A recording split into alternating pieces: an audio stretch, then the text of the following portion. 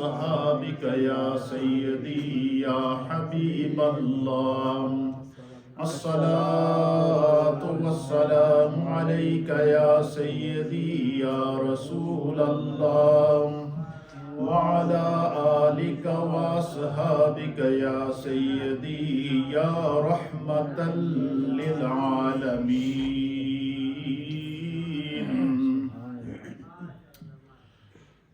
حمد و صلات کے بعد اللہ رب العالمین کا لاکھ لاکھ شکر اور مولا کریم کا بڑا ہی احسان ہے کہ جس رب کائنات نے ہم گناہگاروں کو شکل انسانی میں پیدا فرمایا اور ہمیں طرح طرح کے انعامات اور اکرامات سے نوازا. حضرات محترم، آج کی میری جو گفتگو ہے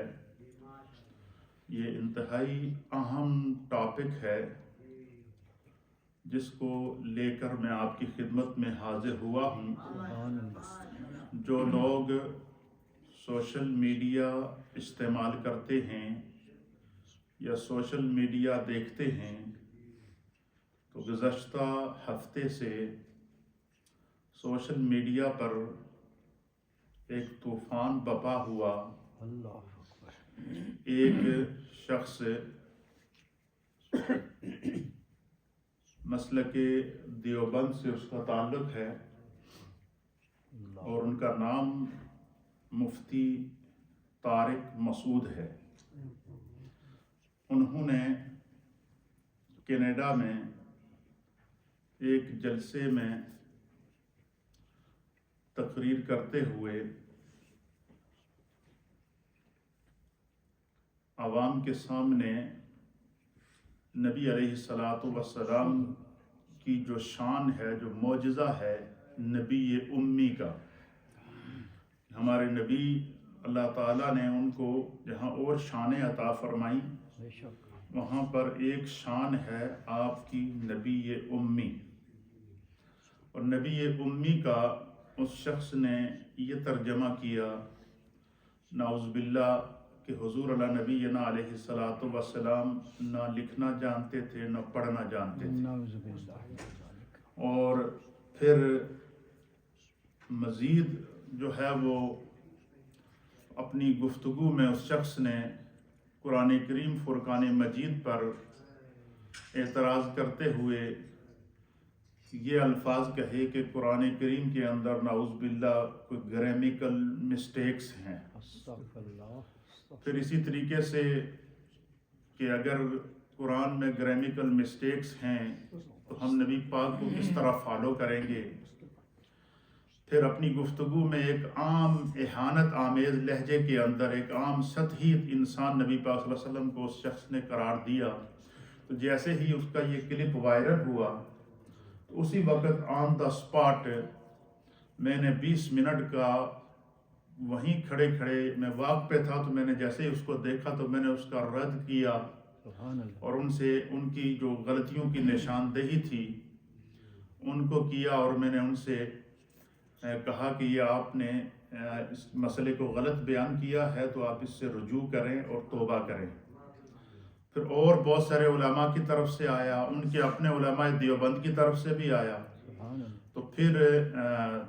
2-3 دن گزرنے کے بعد پھر وہ دوبارہ سامنے آئے تو انہوں نے چونکہ چنانچہ اس طرح آگے پیچھے کر کے کچھ مومل سی جو ہے وہ وضاحت کرنے کی کوشش کی. وہ عذر گناہ بدتر از گناہ کی مصداق، تو اس کو بھی تمام علماء نے کہا کہ یہ طریقہ کار نہیں ہے. آپ غیر مشروط طور پر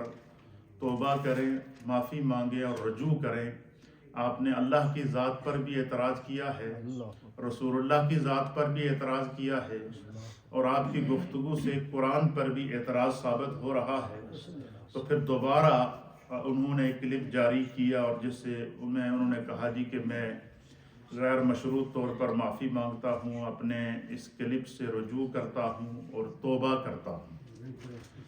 اور یہ انہوں نے دوبارہ جاری کیا ہے. اللہ تعالیٰ ان کو ہدایت عطا فرمائے. لیکن چونکہ وہ کلپ اتنا وائرل ہو چکا تھا اور اس میں بہت ساری چیزیں ایسی تھیں تو میں نے اپنے جو پہلے ان کا رد جاری کیا تھا، تو اس میں نے کہا تھا کہ میں دوبارہ تفصیل سے جو انہوں نے جو باتیں انہوں نے بیان کی ہیں، کیونکہ پبلک میں بیان کی ہیں، تو اس لیے میں آج تھوڑا سا تفصیل کے ساتھ اس مسئلے پر گفتگو کروں گا۔ سب سے پہلی بات تو یہ ہے کہ قرآن کریم فرقان مجید یہ اللہ تعالیٰ کا کلام ہے جو اللہ تعالیٰ نے اپنے پیارے حبیب حضرت محمد مصطفیٰ صلی اللہ تعالیٰ علیہ وآلہ وسلم پر نازل فرمایا۔ جس طرح حضور علیہ نبینا علیہ السلام آخری نبی ہیں، اس طرح قرآن کریم بھی آسمانی کتب میں سے آخری کتاب ہے، اور قیامت تک قرآن کریم کا ایک ایک حرف، ایک ایک نقطہ، ایک ایک زیر، ایک ایک زبر، ایک ایک آیت، ایک ایک صورت یہ محفوظ ہے، اور اللہ تعالیٰ نے قرآن حکیم فرقان مجید کی حفاظت کا ذمہ خود اپنے ذمہ لیا ہے، مخلوق میں کسی کے ذمہ نہیں چھوڑا، بلکہ اللہ تعالیٰ نے قرآن میں سورہ ہجر کے اندر ارشاد فرمایا کہ اِنَّا نَحْنُ نَزَّلْنَا الذِّكْرَ وَإِنَّا لَهُ لَحَافِظُونَ، یہ 14واں پارہ ہے، اور سورہ ہجر کی آیت نمبر 9 ہے اور سورہ نمبر 15 ہے۔ اس میں اللہ تعالیٰ فرماتا ہے کہ بے شک ہم نے ہی قرآن نازل کیا اور بے شک ہم ہی اس کی حفاظت کرنے والے ہیں۔ پھر اسی طریقے سے اللہ تعالیٰ نے مشرکین کفار مکہ اور عرب کے اندر بڑے بڑے فصحائے عرب رہتے تھے،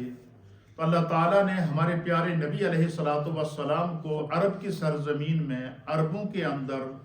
خاندان بنو ہاشم کے اندر پیدا فرمایا، اور آپ پر جو کتاب قرآن حکیم نازل فرمائی وہ عربی کے اندر اللہ تعالیٰ نے عربی زبان میں نازل کی۔ تو عرب کے اندر بڑے بڑے فصحائے عرب رہتے تھے، اور جن کو اپنی لغت کے اوپر، اپنی زبان کے اوپر، اور عربی ادب کے اوپر، اور عربی زبان پر اس کی فصاحت اور بلاغت کے اوپر بڑا وہ ناز کرتے تھے، تو اللہ تعالیٰ نے نبی علیہ السلام پر قرآن حکیم کو نازل کر کے سورہ بقرہ کی آیت نمبر ہے 23 نمبر آیت کے اندر اللہ تعالیٰ نے ان تمام فصحائے عرب کو، بلغائے عرب کو، اپنی زبان پر، عربی زبان پر ناز کرنے والوں کو مخاطب کر کے میرے رب نے ارشاد فرمایا کہ وَإِن كُنتُمْ فِي رَيْبٍ مِّمَّا نَزَّلْنَا عَلَىٰ عَبْدِنَا فَأْتُوا بِسُورَةٍ مِّن مِّثْلِهِ وَادْعُوا شُهَدَاءَكُم مِّن دُونِ اللَّهِ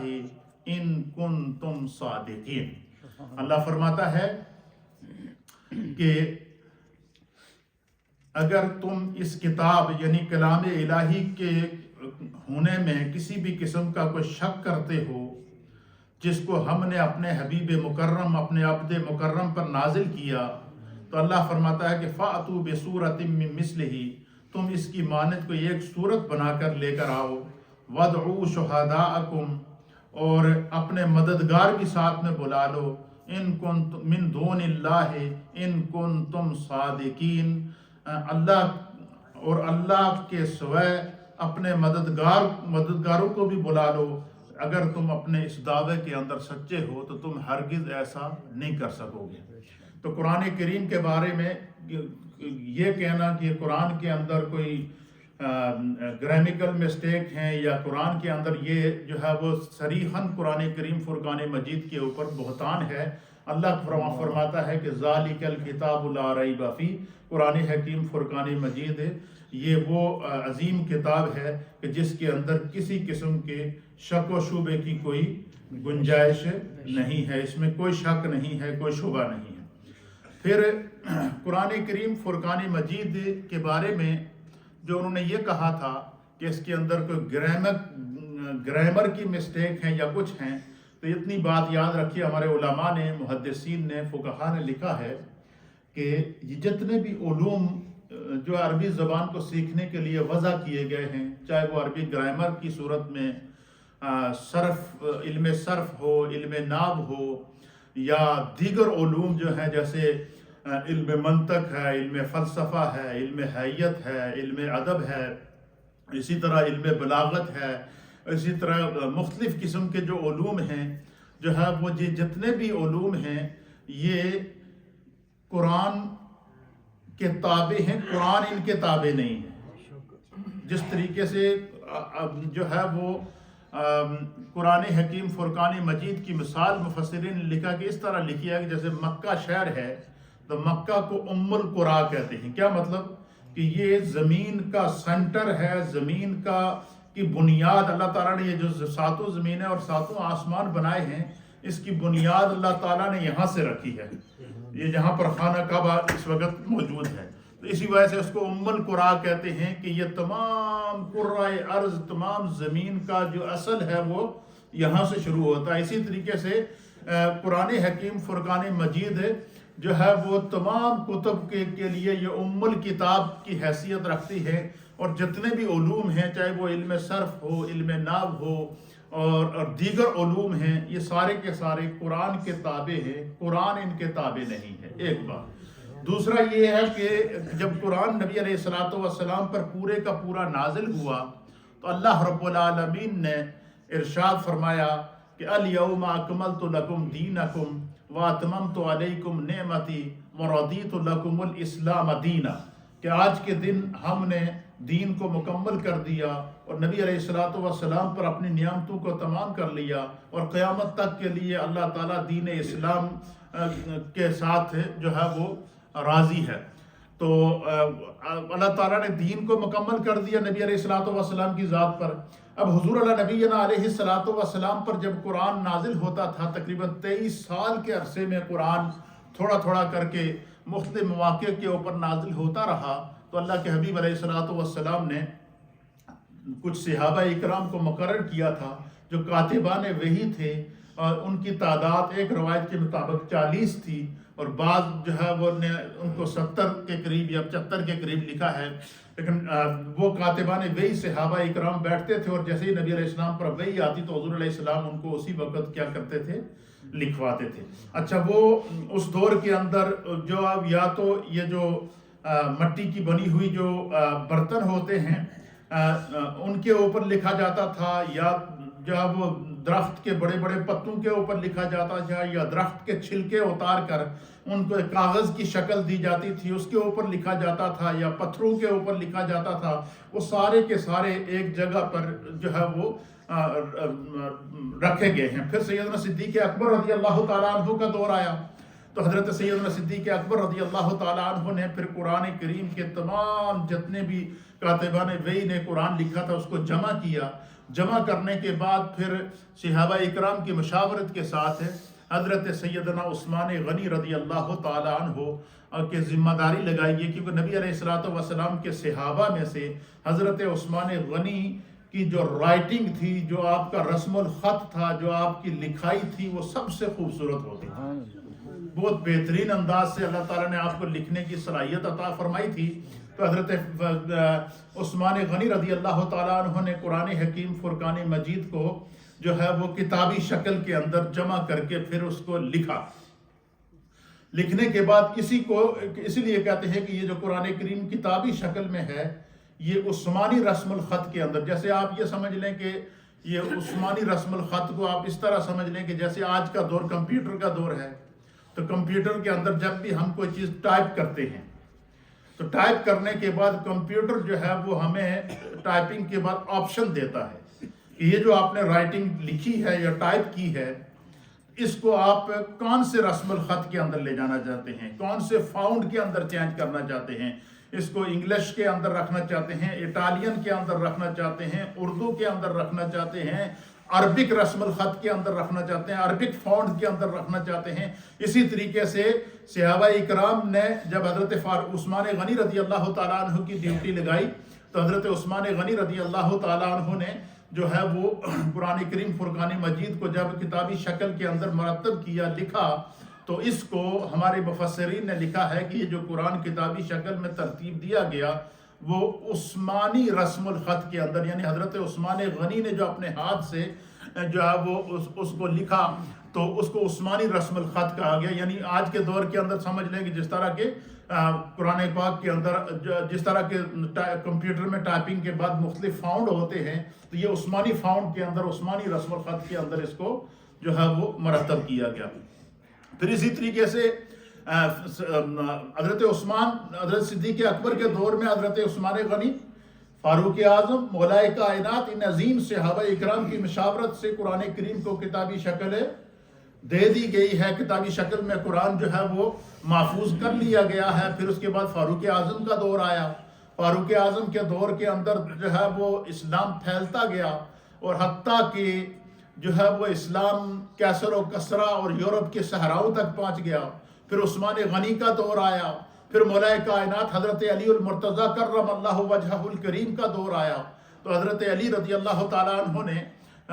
کو اللہ تعالیٰ نے بہت بڑی علمی جو ہے وہ بصیرت اور بصارت اور علم عطا فرمایا تھا، وہ علم جس کے بارے میں خود نبی علیہ الصلوۃ والسلام نے فرمایا کہ انا مدینۃ العلم وعلی بابھا، کہ میں علم کا شہر ہوں اور حضرت علی المرتضی کرم اللہ وجہہ الکریم جو ہے وہ اس کے دروازہ ہیں۔ تو حضرت علی رضی اللہ تعالیٰ عنہ نے محسوس کیا کہ اب چونکہ دین عرب سے نکل کر پرشین سٹیٹس تک پہنچ چکا ہے، افریقہ کے صحراؤں تک پہنچ چکا ہے، ادھر سندھ تک اور ہند تک اور سنٹرل ایشیا تک پہنچ چکا ہے۔ اب یہ جو اجمی النسل لوگ ہیں، جو اجمی زبان جانتے ہیں، جو عربی زبان سے واقف نہیں ہیں، تو ضرورت ہے کہ ان لوگوں کے لیے جو اجمی لوگ ہیں، قرآن کریم کو سمجھنے کے لیے ان کے لیے کچھ عربی قواعد، کچھ گرامر، کچھ قاعدے وضع کیے جائیں۔ تو حضرت علی المرتضی کرم اللہ وجہہ الکریم نے جو ہے وہ ان کے ایک شاگرد تھے حضرت علی کے، جن کا نام تھا جو ہے وہ ابو الاسود دولی۔ حضرت علی کے ایک شاگرد تھے، بڑے قابل شاگرد تھے، اور حضرت علی نے براہ راست ان کو پڑھایا تھا، تو ان کا نام تھا ابو الاسود دولی۔ تو حضرت ابو الاسود دولی کو حضرت مولا کائنات حضرت علی المرتضی رضی اللہ تعالیٰ عنہ نے کچھ عربی قواعد لکھ کر دیے،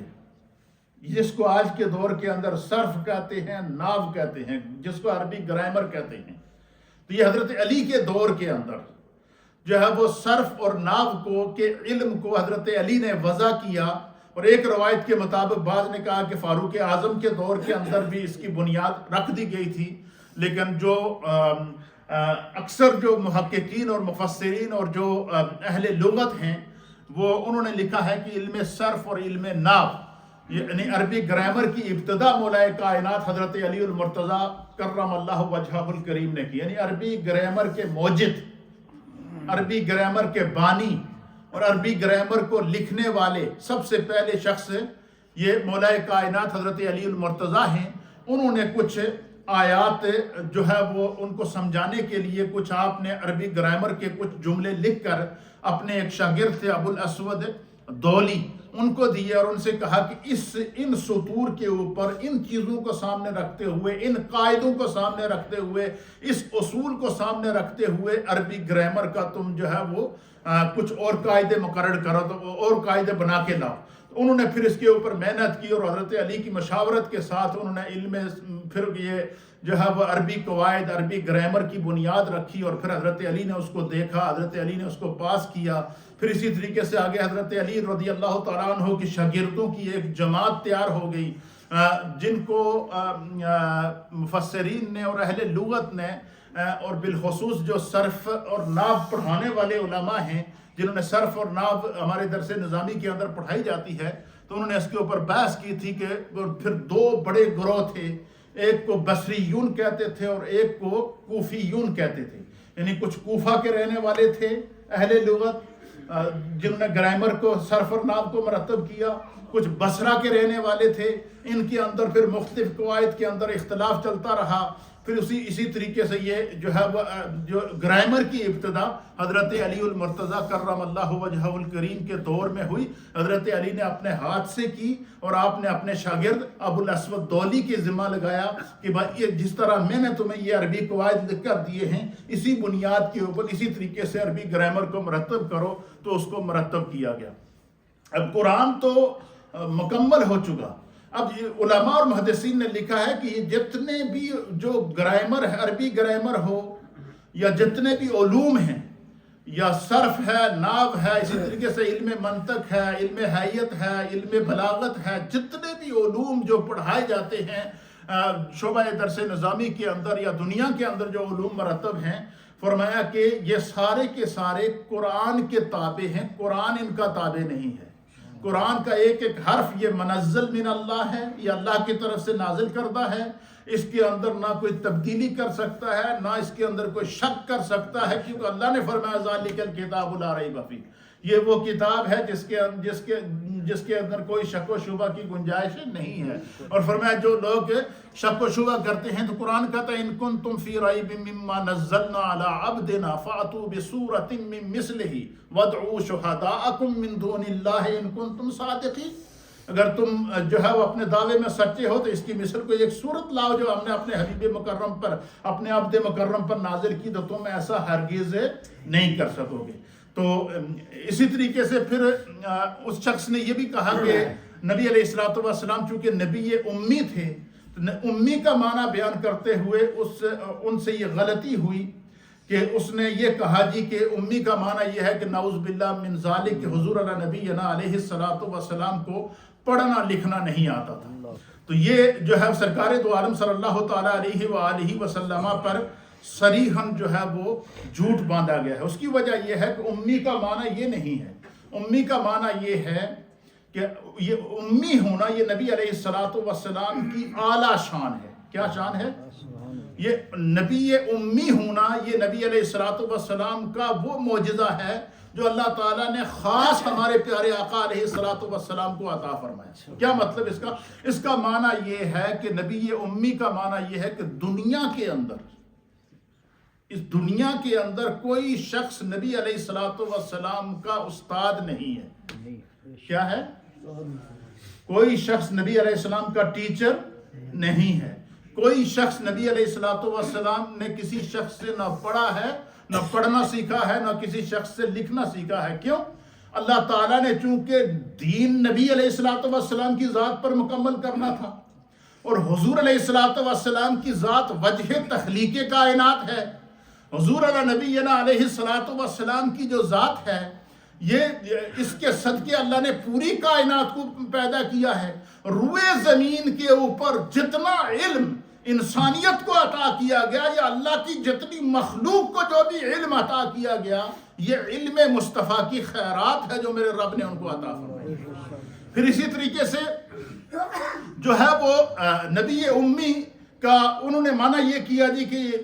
نعوذ باللہ حضور علیہ الصلوۃ والسلام کو پڑھنا لکھنا نہیں آتا تھا اس لیے آپ کو امی کہتے ہیں۔ ایسا نہیں ہے۔ اس کا معنی یہ ہے کہ دنیا میں سرکار دو عالم صلی اللہ تعالیٰ علیہ وآلہ وسلم نے کسی سے علم حاصل نہیں کیا۔ اس کی وجہ کیا ہے؟ اگر کوئی دنیا میں سرکار دو عالم صلی اللہ تعالیٰ علیہ وآلہ وسلم کا ٹیچر ہوتا، استاد ہوتا،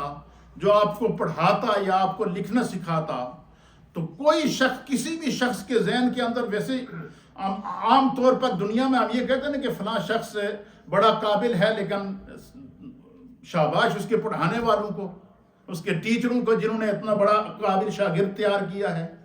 اور جس طریقے سے جو ہے وہ کوئی کسی شخص کے ذہن میں یہ آ سکتا تھا کہ بھئی ٹھیک ہے، نبی علیہ الصلوۃ والسلام کی بہت بڑی شانیں ہیں، بہت بڑی عظمتیں ہیں، وہ آخری نبی ہے، وہ وجہ تخلیق کائنات ہیں، ان پر اللہ نے دین کو مکمل کیا ہے۔ لیکن ذہن کے اندر یہ سوچ آ سکتی تھی کہ بھئی ان کو پڑھانے والا تو فلانا استاد ہے نا، یہ سوچ آ سکتی تھی یا نہیں آ سکتی تھی؟ تو اللہ تعالیٰ نے چونکہ دین اپنے حبیب پر مکمل کرنا تھا، اللہ تعالیٰ نے اول ما خلق اللہ، حضور فرماتے ہیں کہ اول ما خلق اللہ نوری، حضور فرماتے ہیں کہ اللہ تعالیٰ نے سب سے پہلے اپنے نور سے مجھ مصطفیٰ کے نور کو پیدا کیا، پھر مصطفیٰ کے نور سے اللہ تعالیٰ نے چاند کو بھی حسن دیا، سورج کو بھی روشنی عطا فرمائی، ستاروں کو بھی روشنی عطا فرمائی۔ ہماری ہر ایک کی آنکھوں کے اندر جو روشنی ہے، آپ مجھے دیکھ رہے ہیں، میں آپ کو دیکھ رہا ہوں، یہ ساری کی ساری نور مصطفیٰ کی خیرات ہے، یہ نور مصطفیٰ کی خیرات ہے۔ جتنا بھی علم اس پوری کائنات کو ملا ہے، یہ علم مصطفیٰ کی خیرات ہے۔ اس لیے ممکن تھا کہ اگر کوئی حضور علیہ الصلوۃ والسلام دنیا میں کسی سے پڑھتے، یا دنیا میں کوئی سرکار کو پڑھانے والا ہوتا، تو کوئی یہ کہہ سکتا تھا کہ بھائی نبی علیہ السلام کی بہت بڑی شان ہے، لیکن ان کو پڑھانے والا تو فلاں شخص ہے نا، فلاں ان کا ٹیچر ہے. تو یہ بات بھی نبی علیہ علماء لکھتے ہیں کہ حضور علیہ الصلوۃ والسلام کی شان یہ ہے، آپ کا مقام یہ ہے، آپ کی عظمت یہ ہے کہ پوری کائنات کو جو عظمتیں ملی ہیں یہ مصطفیٰ سے ملی ہیں. پوری کائنات کو جو فضیلت ملی ہے یہ مصطفیٰ سے ملی ہے. پوری کائنات کو جو علم کی خیرات ملی ہے یہ میرے مصطفیٰ سے ملی ہے.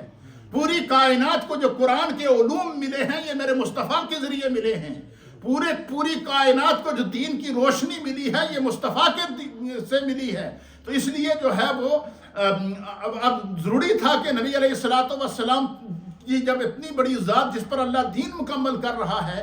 تو اب نبی امی کا معنی یہ ہے کہ دنیا میں حضور نے کسی سے نہیں پڑھا، بلکہ حضور کو اللہ نے جتنے علم عطا کیے براہ راست خدا نے خود مصطفیٰ کو علم سکھایا. اور اس کے بارے میں بھی اللہ قرآن کریم فرقان مجید میں سورۃ الرحمن کے اندر اعلان فرماتا ہے. اللہ فرماتا ہے الرحمن علم القرآن، کہ رحمان وہ ہے کہ جس نے اپنے حبیب کو قرآن کا علم خود سکھایا. کیا فرمایا اللہ تعالیٰ نے؟ الرحمن علم القرآن، کہ رحمان وہ ہے کہ جس نے اپنے عبد مکرم کو، اپنے حبیب کو قرآن کا علم عطا فرمایا. تو براہ راست خدا نے نبی علیہ الصلوۃ والسلام کو علم عطا فرمایا.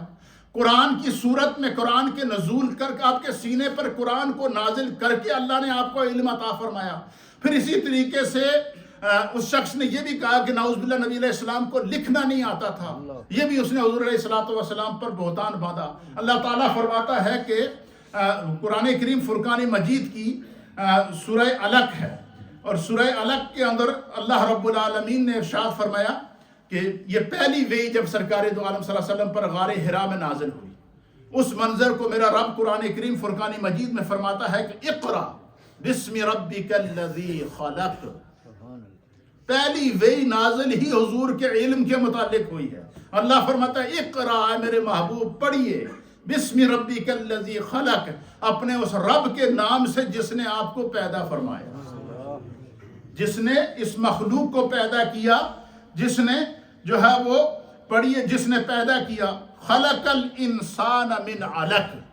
اللہ فرماتا ہے کہ انسان کو جمے ہوئے خون سے اللہ نے پیدا کیا. پھر فرمایا اقرا وربک الاکرم الذی علم بالقلم. اے میرے محبوب اب پڑھیے، آپ کا رب بڑا ہی کریم ہے، آپ کا رب بہت ہی کریم ہے. الذی علم بالقلم، جس نے قلم سے لکھنا سکھایا. علماء اور محدثین نے لکھا ہے کہ جس طرح قرآن کریم فرقان مجید میں اللہ فرماتا ہے کہ الرحمن علم القرآن، کہ رحمان وہ ہے کہ جس نے براہ راست مصطفیٰ کو علم عطا فرمایا، اسی طریقے سے یہاں اللہ فرماتا ہے کہ الذی علم بالقلم، کہ اللہ نے اپنے محبوب کو براہ راست نزول وحی کے ذریعے قرآن بھی سکھایا، اور جب قرآن کو محفوظ کرنا تھا اس لیے اللہ تعالیٰ نے قلم کے ذریعے بھی مصطفیٰ کو علم عطا فرما دیا. اور اس آیت کی تفسیر کے اندر مفسرین نے لکھا ہے، اس شخص نے یہ کہا تھا نا کہ نبی علیہ السلام کو نعوذ باللہ لکھنا نہیں آتا، یہ بہت بڑا جھوٹ باندھا حضور علیہ الصلوۃ والسلام کی ذات پر. اللہ تعالیٰ ہدایت عطا فرمائے. اب علماء نے لکھا ہے کہ جب یہ جو اللہ تعالیٰ نے فرمایا کہ الذی علم بالقلم، کہ اللہ کی وہ ذات جس نے اپنے حبیب مکرم کو قلم کے ذریعے علم دیا. فرمایا کہ جب نبی علیہ الصلوۃ والسلام نے قلم ہاتھ میں پکڑا نا، تو اللہ بس قلم حضور کا ہاتھ میں پکڑنا تھا، اللہ تعالیٰ نے آپ کو لکھنے کا علم عطا فرما دیا. جب قرآن کی پہلی وحی آپ کے سینے پر نازل ہوئی، اللہ تعالیٰ نے آپ کو پڑھنے کا علم عطا فرما دیا. تو اس لیے امی کا معنی یہ نہیں ہے کہ نبی علیہ الصلوۃ والسلام کو نعوذ باللہ لکھنا اور پڑھنا نہیں آتا تھا. امی کا معنی یہ ہے کہ دنیا میں حضور علیہ الصلوۃ والسلام کا کوئی استاد، کوئی ٹیچر نہیں ہے، بلکہ براہ راست اللہ نے آپ کو علم عطا فرمایا، براہ راست اللہ نے آپ کو قلم عطا فرمایا، براہ راست اللہ تعالیٰ نے آپ کو لکھنے کا بھی علم دیا ہے، اللہ تعالیٰ نے آپ کو پڑھنے کا علم بھی عطا فرمایا. یہ نبی علیہ الصلوۃ والسلام کا معجزہ ہے، اس بنا پر آپ کو نبی امی کہتے ہیں. اب یہ جو انہوں نے کہا کہ نبی علیہ الصلوۃ والسلام کو لکھنا نہیں آتا تھا، یہ حضور اللہ نبینا علیہ الصلوۃ والسلام پر وہ بہت بڑا بہتان والا ہے. اس لیے اب میں وہ احادیث آپ کی خدمت میں پیش کروں گا جن میں سرکار دو عالم صلی اللہ تعالیٰ علیہ وسلم نے اپنے ہاتھوں سے لکھا. اب میرے سامنے حدیث ہے، یہ صحیح مسلم شریف کی حدیث ہے، اور اس حدیث کو امام مسلم کتاب الجہاد کے اندر لے کر آئے ہیں. اسی طریقے سے امام بخاری نے بھی مختلف روایات نقل کی ہیں، وہ بھی میں آپ کے سامنے پیش کروں گا. یہ جو حدیث ہے میرے سامنے، یہ مسلم شریف کی حدیث ہے، اور مسلم شریف کے اندر یہ حدیث ہے کتاب الجہاد کے اندر، اور اس کا حدیث نمبر ہے 4516. کتنے نمبر حدیث ہے؟ 4516 نمبر حدیث. کتاب کا نام ہے صحیح مسلم،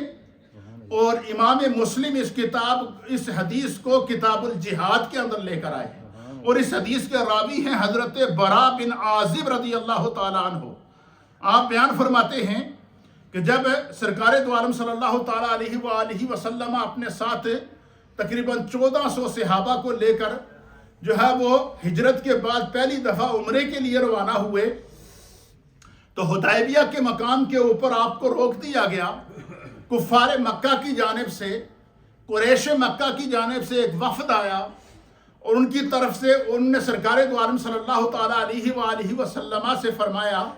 اور حضور کی بارگاہ میں عرض کیا کہ یا رسول اللہ، حضور کی بارگاہ میں عرض کیا کہ ہم ایک معاہدہ طے کر لیتے ہیں کہ مسلمان جب اس سال عمرے کے لیے نہیں جائیں گے، آئندہ سال جب جائیں گے تو وہ تقریباً 3 دنوں کے لیے جائیں گے، پھر جو ہے وہ اپنے ساتھ ہتھیار لے کر نہیں جائیں گے. مختلف قسم کے معاہدے کیا کیے ہیں، وہ معاہدہ لکھا. اب جب معاہدہ لکھنا شروع ہوئے تو حضور علیہ نبینا علیہ السلام نے، یہ مسلم شریف کی حدیث کا میں آپ کے سامنے پیش کر رہا ہوں، تو حضور علیہ نبینا علیہ السلام نے مولا کائنات حضرت سیدنا علی المرتضیٰ کرم اللہ وجہہ الکریم کے ذمہ لگایا کہ علی یہ معاہدہ جو ہے وہ آپ نے لکھنا ہے اور لکھو. حضور نے فرمایا علی میں بولتا ہوں تم لکھو. تو آپ نے حضرت علی المرتضیٰ نے قلم لیا، تو کاغذ لیا، تو آپ نے لکھنا شروع کیا. حضور علیہ السلام نے فرمایا کہ لکھو کہ یہ جو معاہدہ ہے یہ محمد الرسول اللہ اور قریش کے درمیان کیا جا رہا ہے، قریش مکہ کے درمیان کیا جا رہا ہے. تو جو قریش کا نمائندہ تھا اس نے کہا کہ دیکھیں ہم تو آپ کو اللہ کا رسول نہیں مانتے، یہی تو جھگڑا چل رہا ہے، لہٰذا آپ یہاں محمد الرسول اللہ نہ لکھیں، آپ لکھیں کہ یہ معاہدہ محمد بن عبداللہ اور قریش مکہ کے درمیان کیا جا رہا ہے. اچھا، حضور علیہ السلام حکمت کو سمجھتے تھے،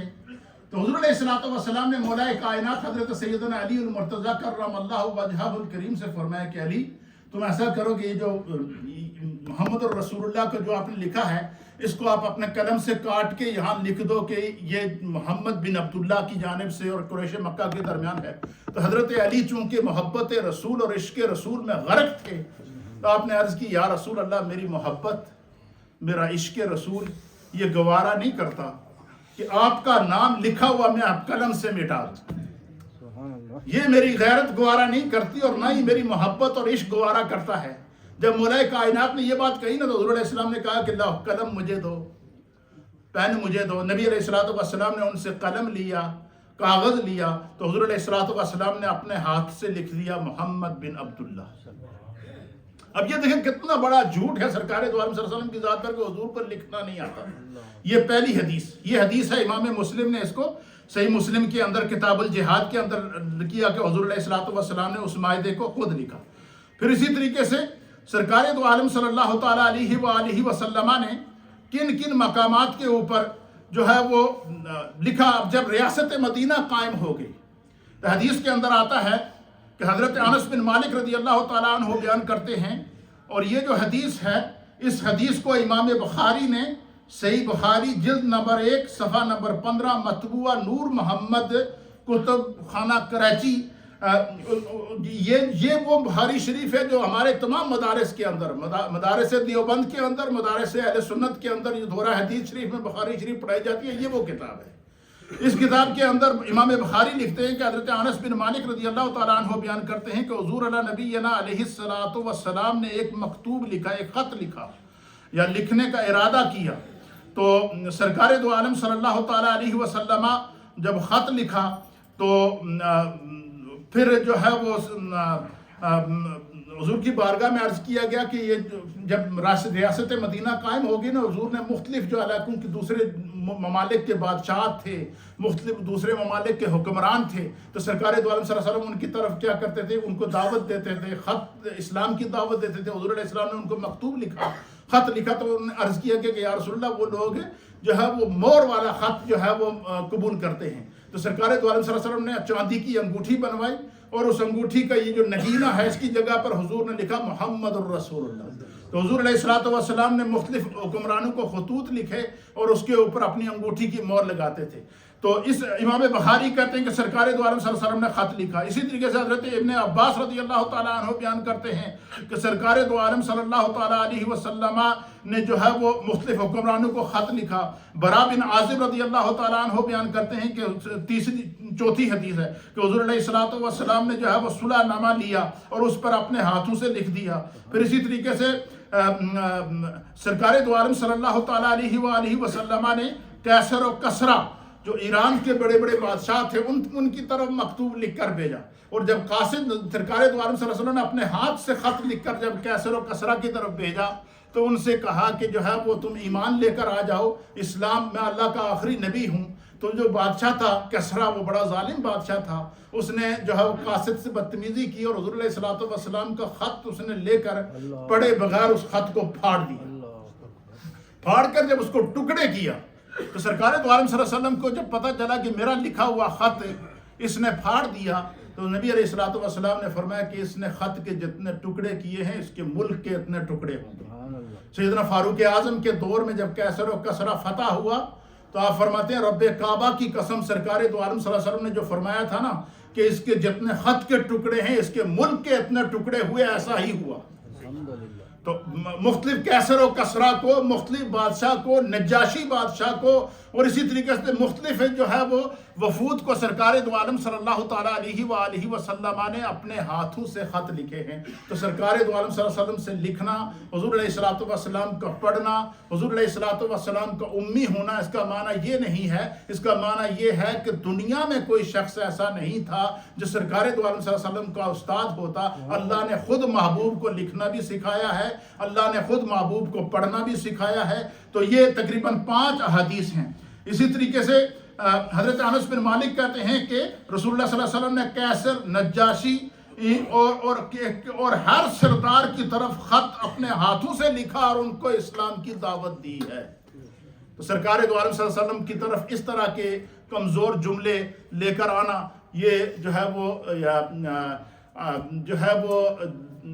سمجھ لیں اللہ کی رحمت سے محرومی کی دلیل ہے، ورنہ اللہ کے حبیب علیہ السلام وہ ہیں جنہیں اللہ تعالیٰ نے، حضور خود فرماتے ہیں کہ میرے رب نے مجھے ما کانا وما یکون، کیا ہو چکا ہے، کیا ہونے والا ہے اور قیامت تک کیا ہوگا، ہر چیز کا علم عطا فرما دیا۔ اللہ تعالیٰ ہمیں دین کو سمجھنے کی توفیق عطا فرمائے۔ اللہ کے پیارے حبیب لبیب نبی رحمت جناب سید العالمین محمد الرسول اللہ صلی اللہ تعالیٰ علیہ وآلہ وسلم کی سچی محبت اور عشق اللہ ہم سب کو نصیب فرمائے۔